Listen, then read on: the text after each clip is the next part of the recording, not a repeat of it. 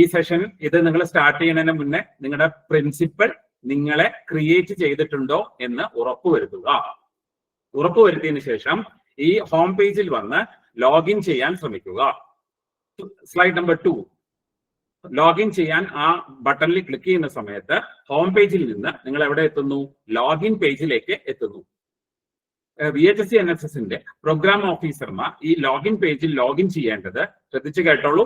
നിങ്ങളുടെ പ്രിൻസിപ്പൽ നിങ്ങളെ ക്രിയേറ്റ് ചെയ്തിട്ടുണ്ട് എങ്കിൽ ഓക്കെ, പിഒയുടെ മൊബൈൽ നമ്പർ എന്ന് പറഞ്ഞാൽ ആര് കൊടുത്തതായിരിക്കണം? പ്രിൻസിപ്പൽ കൊടുത്ത പിഒയുടെ മൊബൈൽ നമ്പർ പാസ്വേഡ് ആയിട്ട് 1234 എന്ന് അടിച്ചാൽ നിങ്ങൾക്ക് ലോഗിൻ ചെയ്യാൻ പറ്റും. ഹോം പേജിൽ നിന്ന് നമ്മൾ ലോഗിൻ പേജിലേക്ക് വന്നു. പ്രോഗ്രാം ഓഫീസർ മൊബൈൽ നമ്പർ കൊടുത്തു, 1234 എന്ന പാസ്വേഡ് കൊടുത്ത് നമ്മൾ ലോഗിൻ ചെയ്യുകയാണ്. അങ്ങനെ നിങ്ങൾ ലോഗിൻ ചെയ്യാൻ ശ്രമിക്കുന്ന സമയത്ത് OTP വെരിഫിക്കേഷന് വരും. വെരിഫൈ OTP കൊടുക്കുക, നിങ്ങൾക്ക് ലോഗിൻ ചെയ്യാൻ പറ്റും. ലോഗിൻ ചെയ്യാൻ പറ്റുമ്പോൾ തന്നെ പ്രിൻസിപ്പൾ നിങ്ങൾ ഓൾറെഡി നിങ്ങളെ ക്രിയേറ്റ് ചെയ്തിട്ടുണ്ട്. 5ഓളം വിവരങ്ങൾ പ്രിൻസിപ്പൾ നിങ്ങളെ കൊടുത്തിട്ടുണ്ട്. പ്രോഗ്രാം ഓഫീസറുടെ പെൻ നമ്പർ, പേര്, മൊബൈൽ നമ്പർ, ഇമെയിൽ ID, എന്നാണ് പ്രോഗ്രാം ഓഫീസറായിട്ട് എൻറോൾ ചെയ്തത്. ഇത്തരം 5 കാര്യങ്ങൾ ആര് കൊടുത്തിട്ടുണ്ടായിരിക്കും? പ്രിൻസിപ്പൾ നേരത്തെ കൊടുത്തിട്ടുണ്ടായിരിക്കും. ഇങ്ങനെയാണ് പിഒനെ നേരത്തെ ഇന്നലെ ക്രിയേറ്റ് ചെയ്തിട്ടുണ്ടാവും, അല്ലെങ്കിൽ ഇന്ന് രാവിലെ ക്രിയേറ്റ് ചെയ്തിട്ടുണ്ടാവും.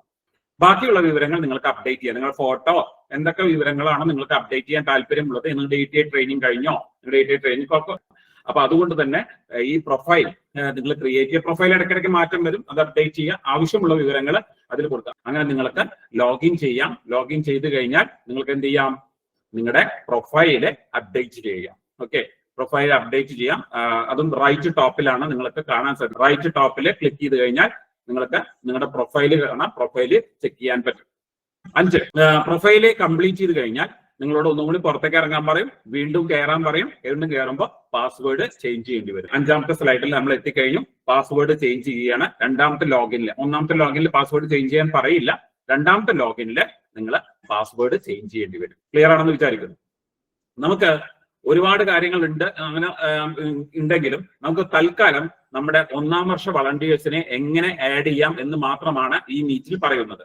നമുക്ക് ആക്ടിവിറ്റി ആഡ് ചെയ്യാനും ഫണ്ട് ആഡ് ചെയ്യാനും ഒരുപാട് സംവിധാനങ്ങൾ ഈ പോർട്ടലിൽ ഉണ്ടെങ്കിലും അതൊന്നും ഇപ്പൊ നമുക്ക് തൽക്കാലം ചെയ്യണ്ട. തൽക്കാലം ഇത്ര മാത്രമേ ഉള്ളൂ.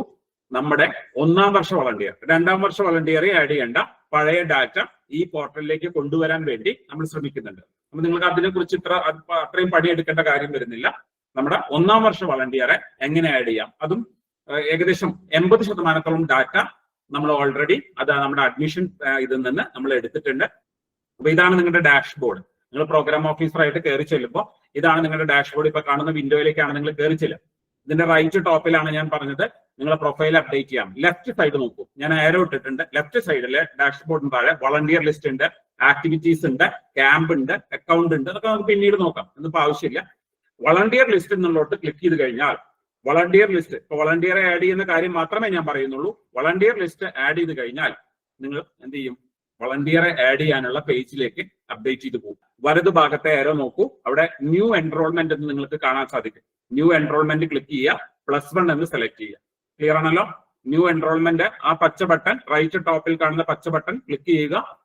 +1 എന്ന് വളണ്ടിയർ ലിസ്റ്റ് എടുത്തു കഴിഞ്ഞാൽ ഈ പേജിലേക്ക് എത്താൻ പറ്റുകയും ന്യൂ എൻറോൾമെന്റ് എന്ന് അടിച്ച് +1 എന്ന് കൊടുത്ത് ബാച്ച് കൊടുത്തു കഴിഞ്ഞാൽ നിങ്ങൾക്ക് കുട്ടികളെ ആഡ് ചെയ്യും. ഒരു കുട്ടീനെ എങ്ങനെ ആഡ് ചെയ്യാം? ഇങ്ങനെ കൊടുത്തു കഴിഞ്ഞാൽ ശ്രദ്ധിക്കുക, ഈ വിൻഡോ ശ്രദ്ധിക്കൂ, 8ാമത്തെ വിൻഡോ ശ്രദ്ധിക്കൂ. 8ാമത്തെ സ്ലൈഡാണ് നിങ്ങൾ കാണുന്നത്. നമ്മുടെ 1ാം വർഷ കുട്ടികളുടെ അഡ്മിഷന്റെ അപ്ലിക്കേഷൻ നമ്പർ എൻ്റർ ചെയ്ത് കൊടുത്താൽ മതി. നമ്മുടെ 1ാം വർഷ കുട്ടികളുടെ ഏകജാലകത്തിലുള്ള കിട്ടിയിട്ടുള്ള അപ്ലിക്കേഷൻ നമ്പർ എത്ര കണ്ടത്? 6 അക്ക ഉള്ളത്. ആ അപ്ലിക്കേഷൻ നമ്പർ ലെഫ്റ്റ് സൈഡിലെ ടോപ്പിലുള്ള ആ കോളത്തിൽ വെറുതെ അപ്ലിക്കേഷൻ നമ്പർ എന്ന് അടിച്ചു കൊടുത്തു കഴിഞ്ഞാൽ ആ കുട്ടിയുടെ ഏകദേശം 5ഓളം വിവരങ്ങൾ കയറി വരും. ആ കുട്ടിയുടെ പേര്, ആ കുട്ടിയുടെ ക്ലാസ്, ആ കുട്ടിയുടെ അഡ്മിഷൻ നമ്പർ, ആ കുട്ടിയുടെ ഡേറ്റ് ഓഫ് ബർത്ത്, ജെൻഡർ, ഗാർഡിയന്റെ പേര് എന്നീ ഈ ഷെയ്ഡിൽ കാണുന്ന എല്ലാ ഡാറ്റ ഫീൽഡും 1, 2, 3, 4, 5, 6 ഡാറ്റ ഫീൽഡ് ഓട്ടോമാറ്റിക് ആയിട്ട് കയറി വരും. പിന്നെ ഒരുപാട് വിവരങ്ങൾ അടിച്ചു കൊടുക്കാം. അതിനൊന്നും നിങ്ങൾ നിൽക്കണ്ട. മാൻഡേറ്ററി ആയിട്ടുള്ള നിങ്ങൾ അടിച്ചു കൊടുക്കേണ്ടത് ആകെ കൂടി വരുന്നത് നിങ്ങൾ ചിലപ്പോൾ കോഴ്സ് സെലക്ട് ചെയ്ത് കൊടുക്കേണ്ടി വരും. നമ്മുടെ കോഴ്സ് കഴിഞ്ഞ വർഷം അപ്ഡേറ്റ് ചെയ്തുകൊണ്ട് കോഴ്സ് ജസ്റ്റ് ഡ്രോപ്പ് ഡൗൺ ലിസ്റ്റിൽ നിന്ന് നിങ്ങൾ ചെയ്ത് കൊടുക്കേണ്ടത് എന്ത് അഡീഷണൽ ആയിട്ട് ചെയ്ത് കൊടുക്കേണ്ടത് കോഴ്സ് ഡ്രോപ്പ് ഡൗൺ ലിസ്റ്റിൽ നിന്ന് സെലക്ട് ചെയ്ത് കൊടുക്കേണ്ടി വരും. ഇടത് ഭാഗത്ത് താഴെ നിങ്ങൾക്ക് ആ കുട്ടിയുടെ കാസ്റ്റ് ജാതി വിഭാഗം എന്താണെങ്കിൽ അത് എന്ത് ചെയ്യേണ്ടി വരും, സെലക്ട് ചെയ്ത് കൊടുക്കേണ്ടി വരും. റൈറ്റ് താഴെ ആ കുട്ടിയുടെ രക്ഷിതാവിന്റെ ഫോൺ നമ്പർ, വിളിച്ചാൽ കിട്ടുന്ന ഒരു ഫോൺ നമ്പർ, ആ കുട്ടിയെ കണക്ട് ചെയ്യുന്ന ഒരു ഫോൺ നമ്പർ. ഈ 3 കാര്യങ്ങളാണ് നിങ്ങൾ അഡീഷണൽ ആയി കയറ്റുണ്ട്. അത് രണ്ടും ഡ്രോപ്പ് ഡൗൺ ലിസ്റ്റ് ആണ്. കുട്ടിയുടെ മൊബൈൽ നമ്പർ മാത്രമാണ് നിങ്ങൾ കയറ്റേണ്ടി വരുന്നത്. പിന്നെ കുട്ടിയുടെ height, weight, blood group, residential address, email, mobile number, കുറെ ഫീൽഡുകൾ ഉണ്ട്. അതൊന്നും നിങ്ങൾ ചെയ്യേണ്ട, തൽക്കാലം ചെയ്യുന്നതുകൊണ്ട് കുഴപ്പമൊന്നുമില്ല. പക്ഷെ നമുക്ക് അത്രയും ഡാറ്റ ഒന്നും നമുക്ക് ആവശ്യമില്ല. നമുക്ക് ആകെ ആവശ്യമുള്ള ഡാറ്റകൾ 80% ഡാറ്റ ഓട്ടോമാറ്റിക് ആയിട്ട് വരും. സ്പോർട്സും കാസ്റ്റും നിങ്ങൾ സെലക്ട് ചെയ്ത് കൊടുക്കുക. രക്ഷിതാവിന്റെ ഫോൺ നമ്പറിന്റെ ലിസ്റ്റ് നിങ്ങളുടെ കയ്യിൽ ഉണ്ടാവണം. അപ്പോൾ നിങ്ങളുടെ അഡ്മിഷൻ ലിസ്റ്റ്, സ്കൂളിന്റെ അഡ്മിഷൻ ലിസ്റ്റ് ഇത് എടുത്തിട്ട് ചെയ്യുകയായിരിക്കും നന്നായിരിക്കും. അപ്പൊ ഇങ്ങനെയാണ് ഒരു കുട്ടീനെ ആഡ് ചെയ്യുക. ഒരു കുട്ടിയുടെ അപ്ലിക്കേഷൻ നമ്പർ അടിച്ചു കൊടുക്കുമ്പോൾ തന്നെ കഴിഞ്ഞ വർഷങ്ങളിലെ പോലെ എല്ലാ ഡാറ്റയും, ഓൾമോസ്റ്റ് എല്ലാ ഡാറ്റയും കയറി വരും. കുട്ടിയുടെ ഫോട്ടോ ഒന്നും കയറി വരില്ല. നമുക്ക് പിന്നീട് നമുക്ക് അതിനുള്ള ഓപ്ഷൻസ് എന്തെങ്കിലും ഉണ്ടോ എന്ന് നോക്കാം. അപ്പൊ തൽക്കാലം ഇത്രയേ വേണ്ടൂ. ഇങ്ങനെ ഈസി ആയിട്ട് നമുക്ക് ഫസ്റ്റ് ഇയറിൽ ഒരു കുട്ടീനെ ആഡ് ചെയ്യാം. എത്ര കുട്ടികളെ ആഡ് ചെയ്യാം? 50 കുട്ടികളെ വരെ ഫസ്റ്റ് ഇയറിൽ നമുക്ക് ആഡ് ചെയ്യാം. അങ്ങനെ ആഡ് ചെയ്ത് കഴിഞ്ഞാൽ ആ ലിസ്റ്റാണ് കാണുന്നത്. കുട്ടി, എന്റെ സ്കൂളിൽ ഒരു കുട്ടി ഗംഗ എന്ന് പറയുന്ന ഒരു കുട്ടീനെ ഞാൻ എൻറോൾ ചെയ്തപ്പോൾ ആ കുട്ടിക്ക് മുകളിലത്തെ ഏറെ നോക്കൂ, കുട്ടിക്ക് വളണ്ടിയർ ഐ ഡി കിട്ടി. വളണ്ടിയർ ഐ ഡിയും നമ്മൾ ഡിസൈൻ ചെയ്തിരിക്കുന്നത്, വളണ്ടിയർ ഐ ഡി കണ്ടാൽ തന്നെ നമുക്ക് മനസ്സിലാവും ഏത് സ്കൂളിലത്തെ ഏത് വർഷം പഠിച്ച എത്രാമത്തെ കുട്ടി എന്നത് വരും. ഇങ്ങനെ 50 കുട്ടികളെ, ഒരു കുട്ടീനെ ഇല്ല കേട്ടോ, 50 കുട്ടികളെയും കയറ്റിയതിന് ശേഷം 50 കുട്ടികളെയും അപ്ലിക്കേഷൻ നമ്പർ അടിച്ച് തെറ്റാതെ അടിച്ച് കയറ്റിയതിന് ശേഷം താഴെ കാണുന്ന ബട്ടൺ നോക്കൂ, കൺഫേം. പ്രോഗ്രാം ഓഫീസർ എന്ത് ചെയ്യുന്നു? കൺഫേം ബട്ടൺ കൊടുക്കുന്നു. ഓരോരുത്തർ കഴിഞ്ഞ കൺഫേം ബട്ടൺ കൊടുക്കരുത്. 50 ആളെ, ആഫ്റ്റർ ഓൾ 50 എൻട്രീസ്, 50 പേര്, ഒന്നാം വർഷത്തിലെ 50 പേര്, നമ്മുടെ മൊത്തം 49 പേരെ വിളിച്ച് 49 പേര്, അവരെ ആഡ് ചെയ്തതിനു ശേഷം ഓരോരുത്തരായിട്ട് ആഡ് ചെയ്തതിനു ശേഷം പ്രോഗ്രാം ഓഫീസർ എന്ത് ചെയ്യണം? താഴെ കാണുന്ന ആ യെല്ലോ ബട്ടൺ കൺഫേം എന്ന ബട്ടൺ അമർത്തണം. കൺഫേം ബട്ടൺ അമർത്തി കഴിഞ്ഞാൽ നോക്കൂ, സ്റ്റാറ്റസ് നോക്കൂ, 10ാമത്തെ സ്ലൈഡ് നോക്കൂ. എന്താ കാണിക്കുന്നത്? ആര് കൺഫേം ചെയ്തു? PO കൺഫേം ചെയ്തു. പക്ഷെ ആര് കൺഫേം ചെയ്തിട്ടില്ല? പ്രിൻസിപ്പള് വെരിഫൈ ചെയ്തിട്ടില്ല. പ്രോഗ്രാം ഓഫീസർ കൺഫേം ചെയ്താൽ പോരാ, പ്രിൻസിപ്പൾ എന്ത് ചെയ്യണം? വെരിഫൈ ചെയ്യണം. 2 പേര് നോക്കണം, തെറ്റാതിരിക്കാൻ വേണ്ടിയിട്ടാണ് പ്രോഗ്രാം ഓഫീസർ കൺഫേം ചെയ്യുന്നു. കൺഫേം 50 പേരുടെ ലിസ്റ്റ് അടിച്ചു കഴിഞ്ഞ് കൺഫേം ചെയ്ത് കഴിഞ്ഞാൽ ഇങ്ങനെ കാണിക്കും, പ്രിൻസിപ്പൾ എന്ത് ചെയ്തിട്ടില്ല? വെരിഫൈ ചെയ്തിട്ടില്ല. നമ്മുടെ ട്രാൻസ്ഫറിന്റെ ഒക്കെ ആപ്ലിക്കേഷൻ പറയാം. ഇനി പ്രിൻസിപ്പളിലെ ലോഗിനിൽ കയറി കഴിഞ്ഞാൽ അപ്പൊ പ്രിൻസിപ്പളോട് പറയാം വർക്ക് കഴിഞ്ഞു, കൺഫേം ചെയ്തോളൂ എന്ന് പറയാം. അപ്പോ പ്രിൻസിപ്പളിലെ ഇത് 11ാമത്തെ സ്ലൈഡ് പ്രിൻസിപ്പളിലെ ലോഗിനാണ് ഞാൻ കാണിക്കുന്നത് കേട്ടോ. പ്രിൻസിപ്പളിലെ ലോഗിനില് ഓക്കെ ആണെങ്കിൽ, ലിസ്റ്റ് ഓക്കെ ആണെങ്കിൽ വേണമെങ്കിൽ പ്രിൻസിപ്പളിലെ ലോഗിനിൽ കയറിയിട്ട് നമ്മളത് പരിശോധിക്കാം. കുട്ടികളെ എപ്പോഴും ശ്രദ്ധിക്കണം. ഇത് ഓൾമോസ്റ്റ് എല്ലാം അഡ്മിഷന്റെ ആണ്. എന്നാലും ചില കുട്ടികളുടെ അഡ്മിഷനിൽ പോലും ചില കുട്ടികൾ എന്ത് തെറ്റിയിട്ടുണ്ടാവാം, ഡീറ്റെയിൽസ് തെറ്റിയിട്ടുണ്ടാവാം. അത് തിരുത്താനുള്ള സമയമാണ്.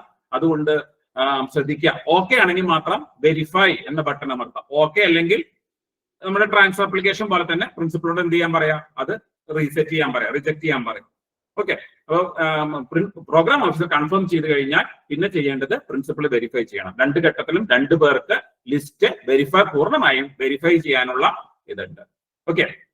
അപ്പൊ അതൊന്നും നോക്കുക. ഇനി അതിൽ വേണമെങ്കിൽ ചിലപ്പോൾ പ്രിന്റ് ഓപ്ഷൻ ഒക്കെ വരും. ഓക്കെ. നിങ്ങൾ അത് വെരിഫൈ കമ്മിറ്റ് ചെയ്ത് കഴിഞ്ഞാൽ പ്രോഗ്രാം ഓഫീസർ തന്നെ കൺഫേം ചെയ്ത് കഴിഞ്ഞാൽ പ്രിന്റ് എടുത്ത് പരിശോധിക്കാനുള്ള ഓപ്ഷൻ ഒക്കെ അതിലെ വഴിയെ വരുന്നതാണ്. അതുകൊണ്ട് നിങ്ങൾ ടെൻഷൻ വേണ്ട. ഇതിപ്പോ നാളെ തന്നെ ചാടിക്കറി ചെയ്യല്ല, 2-3 ദിവസം സമയം എടുത്ത് ചെയ്തോളൂ.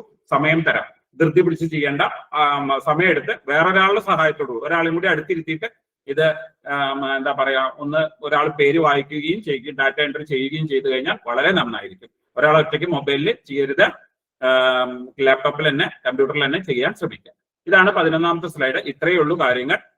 ഇനി ഇതിന്റെ സംവിധാനങ്ങളാണ്. ഒരുപാട് സവിശേഷതകൾ ഉണ്ട് ഈ പോർട്ടലിൽ. ഒരു കുട്ടിയുടെ റിപ്പോർട്ട് പോലും നമുക്ക് എടുക്കാം. ഇപ്പൊ ഞാൻ ഈ ഗംഗ എന്ന് പറഞ്ഞ കുട്ടിയുടെ പേരിന്റെ അറ്റത്ത് നോക്കൂ. ഗംഗ എന്ന് പറഞ്ഞ കുട്ടിയുടെ പേരിന്റെ അറ്റത്ത് നോക്കൂ.